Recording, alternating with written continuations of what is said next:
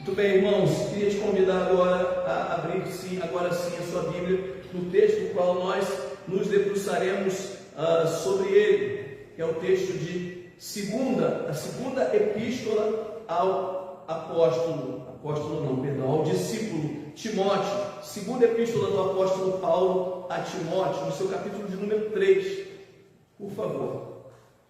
Segunda epístola de Paulo a Timóteo, do apóstolo Paulo a Timóteo, ao discípulo Timóteo, capítulo de número 3.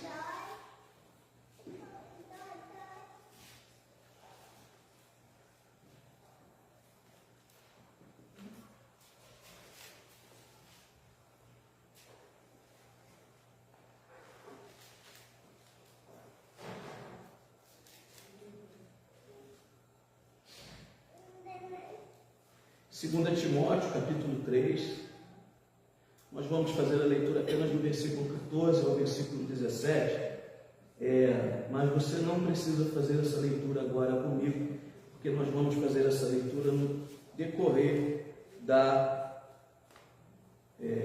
explanação da palavra, da pregação do Evangelho nesta noite, tá bom? Nós iniciamos o mês de agosto, e esse mês, eu não sei se você sabe disso, mas ele é um mês de missões para a Igreja Presbiteriana. Como a gente já falou aqui no início, a Igreja Presbiteriana é conhecida como uma igreja missionária. Ela é uma igreja missionária exatamente pelo fato de um missionário ter vindo para o Brasil, exatamente no Rio de Janeiro, em 1859, no dia 12 de agosto de 1859, e ali, ao desembarcar no Rio de Janeiro, ele começou a pregar o Evangelho. Um homem chamado Ashbel Green Simonton veio dos Estados Unidos, juntamente com a sua esposa, e ali eles começaram a pregar o Evangelho, a falar do amor de Deus aqui nesse país. Então, por isso, amanhã, no dia 12 de agosto, nós fazemos 165 anos, nós presbiterianos fazemos 165 anos desde a estada, a vinda de Simonton, do missionário Simonton. Por isso ela é uma igreja missionária, porque ela foi implantada a partir da voz, do trabalho de um missionário. Essa abordagem missionária, ela é conhecida na teologia como missio Dei, que significa exatamente a missão de Deus, ou o enviar de Deus, porque a palavra missionário ou mício significa basicamente enviar, né? Aqueles que foram enviados. Então, essa missio Dei, essa missão de Deus, ela veio a partir desse missionário para nós. Esse termo ele foi cunhado numa conferência em 1952. Esse termo não existia quando Simonton veio para cá, mas a partir dessa conferência na Alemanha, esse termo começou a ser muito divulgado, muito falado, esse termo chamado de missio Dei. As pessoas começaram, assim como Agnus Dei, né, Cordeiro de Deus, as pessoas começaram a usar a palavra missio Dei para falar da missão ou do enviar de Deus. Por quê? Porque a missão não começou no coração de Simonton. A missão começou no coração do próprio Deus. Deus é quem implantou no Simonton a vontade de vir ao Brasil e a vontade de ser missionário. Simonton seria um advogado e de repente ele desejou no seu coração, abandonando tudo que ele tinha, tudo que os seus pais haviam proposto para ele, para poder vir ao Brasil, uma terra muito distante, para poder ali começar a pregar o Evangelho. Então, isso é chamado de missio Dei. Bem, esse enviar de Deus,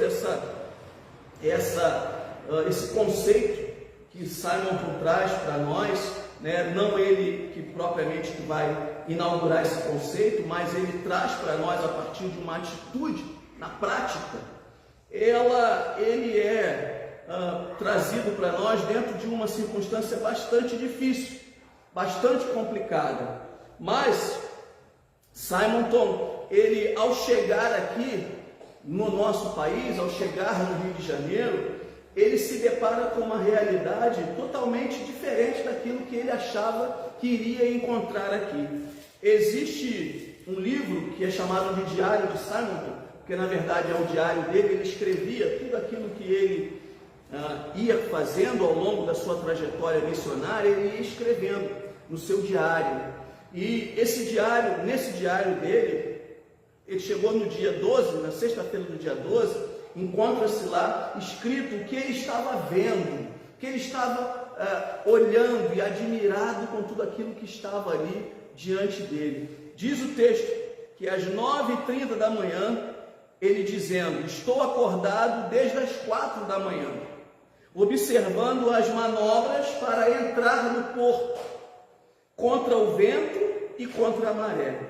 É um lugar lindo, o mais singular e impressionante que já vi. Nunca teria imaginado tão beleza assim, tão sublime, protegido de ventos e ondas e capaz de defesa contra ataques de mar e de terra. Está em uma baía rodeada de curiosas ilhas de pedra, alta e sólida. Algumas parecem ovos flutuando na água, com uma das pontas para cima, no topo de algumas igrejas ou casas de lazer se equilibram. Estamos ainda na entrada do porto, mudando o curso a cada minuto, chegando a uma pequena distância a um morro muito alto, a qual as pessoas acreditam ser o Pão de Açúcar. É o que se diz. A água é tão profunda que a única preocupação dos navegantes é não quebrar o mastro e assim nós batermos ou irmos para um outro lado. A cidade está a cerca de 2 milhas sobre uma grande extensão de vales e montanhas. Brilha ao sol com suas paredes caiadas de branco, fazendo fundo para essa linda pintura. Há uma cadeia de morros altos e montanhas. Isso está na página 125 desse diário de Simon, este livro chamado Diário de Simon. 165 anos em que a Igreja Presbiteriana vem promovendo a Missio Dei, o envio de Deus, a missão de Deus aqui neste lugar. Paulo, em determinado momento, na sua segunda viagem missionária, hoje nós vimos isso aqui, quando nós estávamos estudando o livro de Atos. Paulo, na sua segunda viagem missionária, ele vai entrar lá na cidade a qual é Timóteo. Paulo vai entrar lá na cidade de Listra. Ele não é muito bem recebido ali, a gente viu isso aqui hoje no estudo da escola dominical, mas ainda assim ali ele pôde fazer discípulos, ainda assim ele pôde pregar o evangelho, e ainda assim ele pôde conhecer uma pessoa chamada Timóteo, o qual ele fez como discípulo. E esse homem, esse menino, esse jovem ainda, Timóteo, ficou tão impressionado com aquilo que Paulo pregava, da maneira como Paulo pregava, que ele resolveu seguir viagem com ele, resolveu ir com ele também na missão, não só com ele, mas também com Barnabé. Bem, este homem chamado apóstolo Paulo pregava para Timóteo, e na primeira epístola, a primeira carta que Paulo escreve para Timóteo, ele se refere a ele como um verdadeiro filho na fé. Paulo se intitula pai daquele jovem. Eu recebi ontem, não foi hoje, foi ontem. Recebi ontem uma mensagem de um pastor amigo, um irmão em Cristo, dizendo que ele estava me parabenizando ontem pelo Dia dos Pais e dizendo que havia me adotado como pai dele, né? Eu fiquei muito emocionado naquele momento, quando recebi aquela mensagem dele, porque eu jamais imaginava que ele sempre me trata como amigo, a gente é sempre muito cordial numa amizade que a gente tem, e eu jamais imaginava que ele tinha esse tipo de consideração para comigo. Por que eu não imaginava isso? Porque eu conheci o pai dele, né? E o pai dele era um homem fantástico, um homem muito bom, um homem o qual eu gostava de ter perto, né? De estar perto, porque era um homem muito bom. E criou os seus filhos, eram 3 meninos, criou seus filhos de uma maneira muito saudável. E quando eu era jovem ainda, basicamente tipo o Henry e o Brian, a gente jogava bola com esse pai dele, esse pastor, que treinava a gente. Ele jogava bola, ele levava a bola pra gente treinar, pegava a molecada, jogava bola lá com a molecada e tudo, e eu era um deles. E quando ele falou isso para mim ontem, só que o pai dele faleceu, né? O pai dele faleceu de câncer, e eu fui visitar o pai dele algumas vezes, fui orar com o pai dele algumas vezes. E aí ontem, quando ele mandou essa mensagem para mim, dizendo que havia me adotado como pai dele, eu nem sabia disso, né? Eu fiquei muito emocionado, muito emocionado mesmo por saber que a nossa história, ela tinha um algo mais, né? Tinha uma cereja nesse bolo, né? No bolo dessa história. Irmãos, Paulo adotou Timóteo como seu filho e Timóteo adotou Paulo como seu pai. Eles não eram pai e filhos, mas eles tinham um relacionamento muito lindo e muito grandioso dentro desse contexto de pregar o Evangelho. Tanto que Paulo chama ele de filho por várias vezes na primeira carta e também inicia a segunda carta falando disso. Paulo está preparando este jovem pastor chamado Timóteo para exercer o seu ministério na igreja, ou na cidade melhor, na cidade de Éfeso, na igreja dos Efésios. Uma cidade muito complexa e uma igreja muito complicada, e que Timóteo precisaria estar lá, mas que seria bastante difícil o ministério dele ali, pois ele iria enfrentar homens que não queriam ser liderados, mulheres que estavam se prostituindo no templo de Diana, um porto totalmente corrompido, enfim, uma cidade muito difícil. Mas ali estaria esse jovem pastor chamado Timóteo, e que receberia de Paulo todo o apoio para se tornar um grande pastor. Dentre tudo aquilo que Paulo procurou ministrar na vida de Timóteo, dentre tudo aquilo que Paulo procurou ensinar a Timóteo, ele procurou ensinar coisas de forma grandiosas que nós estamos vendo agora, ou veremos agora, na segunda epístola, nesse capítulo 3, versículos 14 a 17, que diz assim o verso 14, segunda epístola, capítulo 3, versículo 14: Tu, porém, permanece naquilo que aprendeste. É o que Paulo vai dizer para ele. Tu primeiro permanece naquilo em que aprendeste. Permanecer naquilo que nós aprendemos é muito difícil. Por isso eu estou dizendo para vocês, orem por essas crianças, orem por estes jovens, porque permanecer no ensinamento que os seus pais têm procurado dar para eles não é fácil, porque o ataque que eles vão receber do inimigo das nossas almas, do Deus deste século, com Deus com letra minúscula, por Satanás mesmo, vai ser grandioso, que vai ficar todo momento atormentando eles para que eles se desviem do caminho, para que eles se tornem pessoas ruins, para que eles se tornem as piores pessoas deste mundo, porque sabem que foi implantado no coração deles o Evangelho, a palavra do amor, a palavra da paz, a palavra da prosperidade, a palavra da fé. E a todo momento eles serão atacados, eles serão bombardeados. Paulo sabia disso. Ele está falando com um jovem ainda, ele está dizendo para ele: permanece com aquilo que você tem aprendido. Esse é o grande desafio, não só para os jovens, mas para nós crentes também, neste mundo moderno no qual nós estamos vivendo.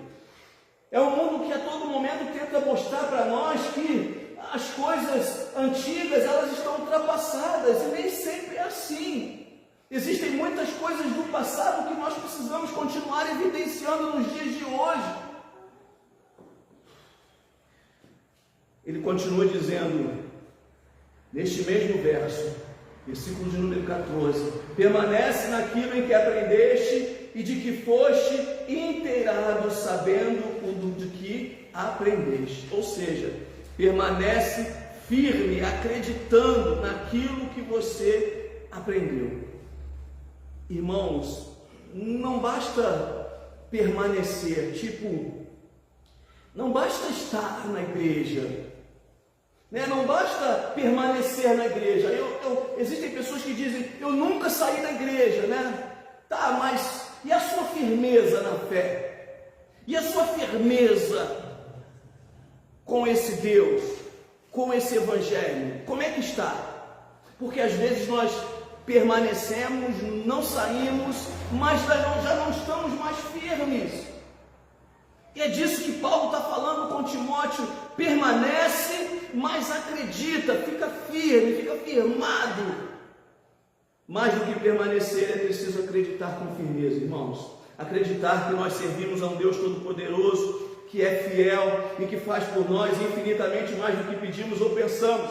Acreditar que nós servimos a um Deus Todo-Poderoso, que sim nos ama e que é um Pai Celestial para nós, ainda que o nosso Pai carnal falte. Como, estou dando um exemplo aqui, como o Jorjão faltou, né? Faltou lá com o pastor André.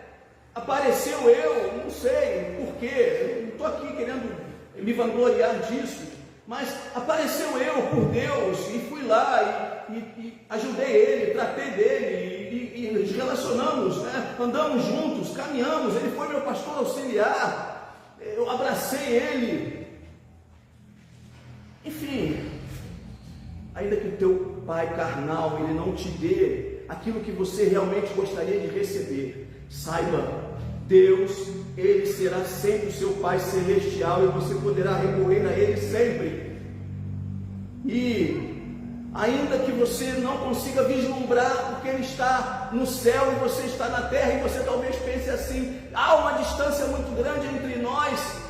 Não, Ele colocará alguém para te servir, para te abençoar, para te apoiar, para ser um esteio na sua vida como um verdadeiro Pai, ainda que não seja um pai carnal. Ele continua no verso de número 15, e que desde a infância sabes as sagradas letras. Paulo mostra para nós o quanto, e reitera para nós o que eu acabei de dizer, o quanto é importante que as crianças sejam valorizadas e evidenciadas, porque desde a infância eles precisam aprender as sagradas letras, eles precisam aprender as sagradas escrituras. Existe um ditado popular, que talvez alguns de vocês aqui conhecem, talvez não conheçam, talvez ele seja lá da minha região, eu não sei, mas que diz assim, é de menino que se torce o pepino.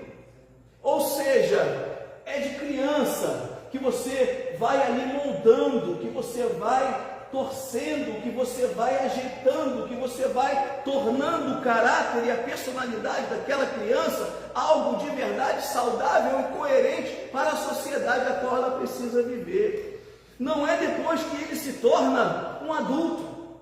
Depois que ele se torna um adulto, não dá mais. Aí como é que vai fazer? Mas é de pequeno que você vai ali aparando as arestas, apertando os parafusos, os eixos, colocando cada coisa no seu devido lugar, e ela vai se contorcendo, ele vai se contorcendo, vai havendo ali, às vezes, uma animosidade, mas vai entrando no eixo, do jeito que você quer, na verdade, do jeito como precisa ser. É disso que Paulo está falando, que é desde pequeno.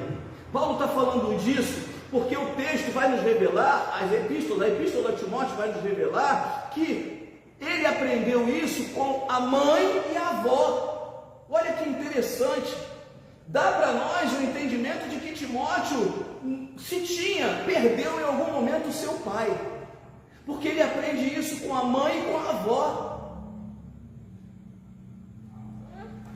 Para mostrar para nós, irmãos, mais uma vez, eu amo a igreja presbiteriana que amanhã faz 165 anos, nós estamos sendo gravados aí, e agora a gente tem uma dificuldade tremenda com esse negócio de gravação.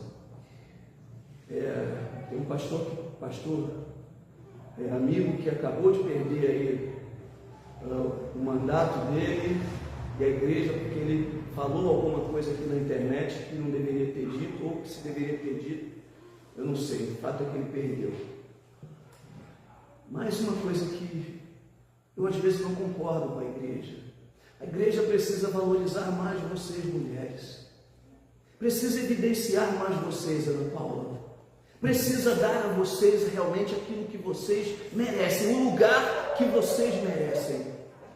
E eu sei que vocês, se perguntassem, vamos fazer uma entrevista com a irmã Maria, com a irmã Glorinha, com a irmã Bruna, com a irmã Solange, com a irmã Ariana, elas não vão falar isso, eu quero isso para mim, não. E eu também não estou falando disso, eu não estou dizendo que qualquer uma de vocês precisam ser presbíteras, pastoras, diaconisas, não. O que eu estou querendo dizer é que a igreja precisa valorizar mais vocês, precisa dizer mais o quanto vocês são importantes, aliás, até porque vocês são a maioria na igreja. Precisa dizer para vocês o quanto vocês são importantes na trajetória desse negócio chamado igreja. E dar a vocês aquilo que lhes é devido. Vou falar, é inconcebível para mim, no meu entendimento, que nós tenhamos mulheres tão competentes, tão cheias de sabedoria, tão cheias de unção, tão cheias do Espírito Santo, que não possam dar opinião num conselho de igreja presbiteriana do Brasil. Inconcebível no meu entendimento, porque às vezes nós temos homens despreparados que fazem parte de um conselho, enquanto mulheres preparadíssimas, capacitadíssimas, não podem fazer parte de um conselho simplesmente porque são mulheres. E mesmo sendo um pastor presbiteriano e amando essa igreja, eu creio que isso precisa em algum momento mudar. Espero que eu esteja aqui ainda vivo para ver isso, mas eu creio que isso precisa mudar, porque nós temos mulheres competentíssimas que poderiam abençoar muito mais essa igreja se elas fossem de fato mais valorizadas, assim como estas duas mulheres, a avó e a mãe de Timóteo, foram valorizadas por Paulo. Nos seus escritos, na sua carta, ele faz questão de mencionar estas duas mulheres e dizer que estas mulheres é quem ensinaram ele as sagradas letras, estas mulheres é quem trataram dele desde a infância sobre o que a Bíblia ensina. A palavra continua dizendo que você conhece as sagradas letras que podem torná-lo sábio para a salvação pela fé em Cristo Jesus. Paulo lembra a Timóteo que o conhecimento das sagradas letras é o que capacita, é o que realmente nos enche de sabedoria, é o que verdadeiramente fomenta, fortalece a nossa fé em Jesus. Portanto, irmãos, é de suma importância que nós desejamos mais no nosso coração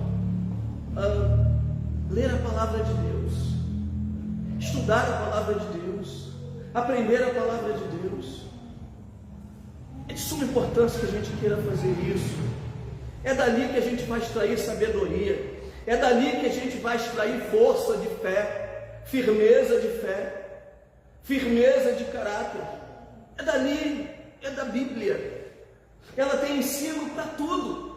E Paulo vai dizer isso para nós, agora no verso de número 16, quando ele diz assim: toda a Escritura é inspirada por Deus.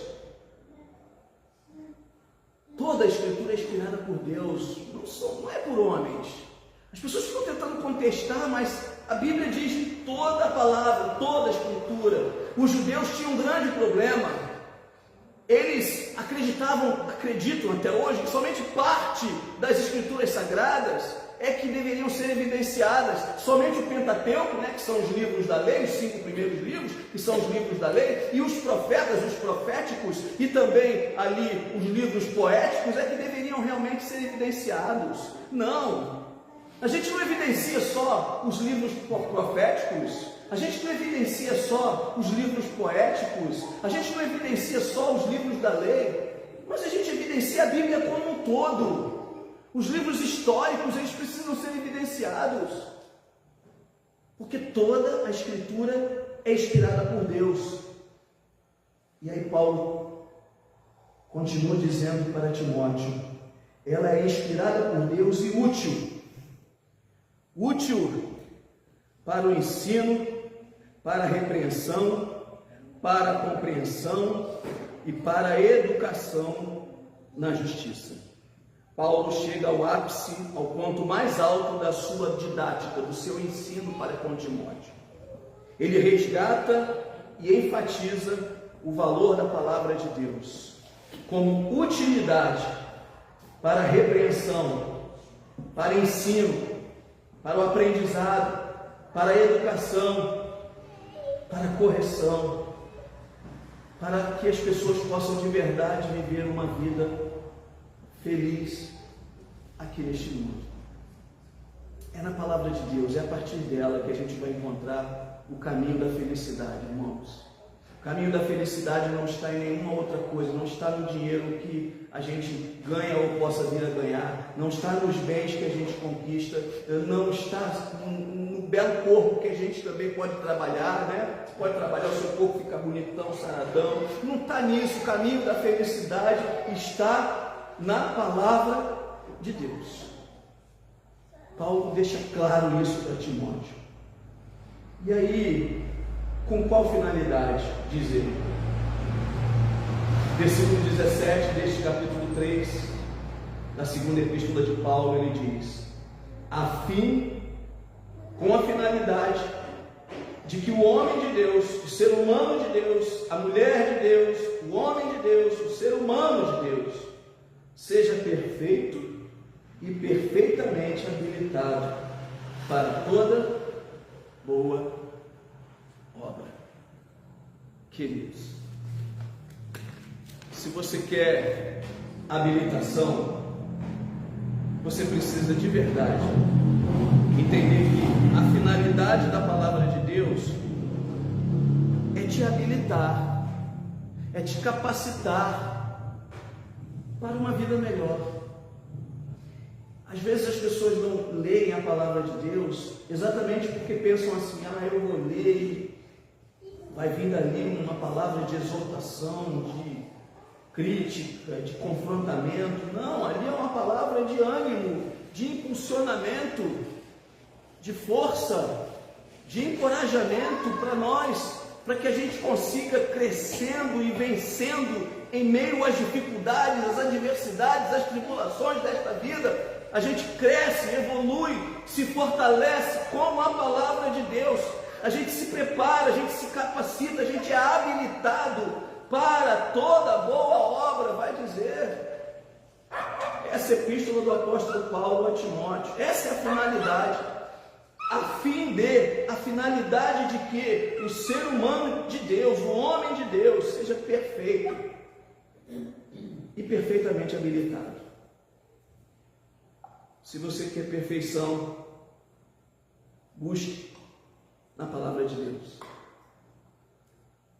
Que nesta noite, eu e você, possamos aprender a partir deste texto, pelo menos 3 coisas. A primeira, somos um povo que foi cunhado, foi forjado, foi talhado para ser missionário, para pregar o Evangelho, para falar do amor de Deus. Segundo, nós somos um povo que não é órfão. Somos um povo que tem um Pai celestial, um Pai todo-poderoso e que quer sempre o melhor para cada um de nós. E em terceiro lugar, nós somos um povo que tem um Pai que nos deixou uma palavra para que a gente possa recorrer a ela todas as vezes que nos sentimos enfraquecidos, chorosos, entristecidos, às vezes perturbados, desanimados, desalentados por conta das agruras deste mundo. Existe uma palavra que nos capacita, nos habilita a enfrentarmos todas estas coisas e a sairmos vencedores. Na verdade, como o próprio apóstolo Paulo vai dizer na Epístola aos Romanos, a sairmos mais que vencedores por meio de Cristo Jesus, que nos amou e continua nos amando. Que Ele assim nos abençoe. Parabéns, papais, em nome e por amor de Jesus.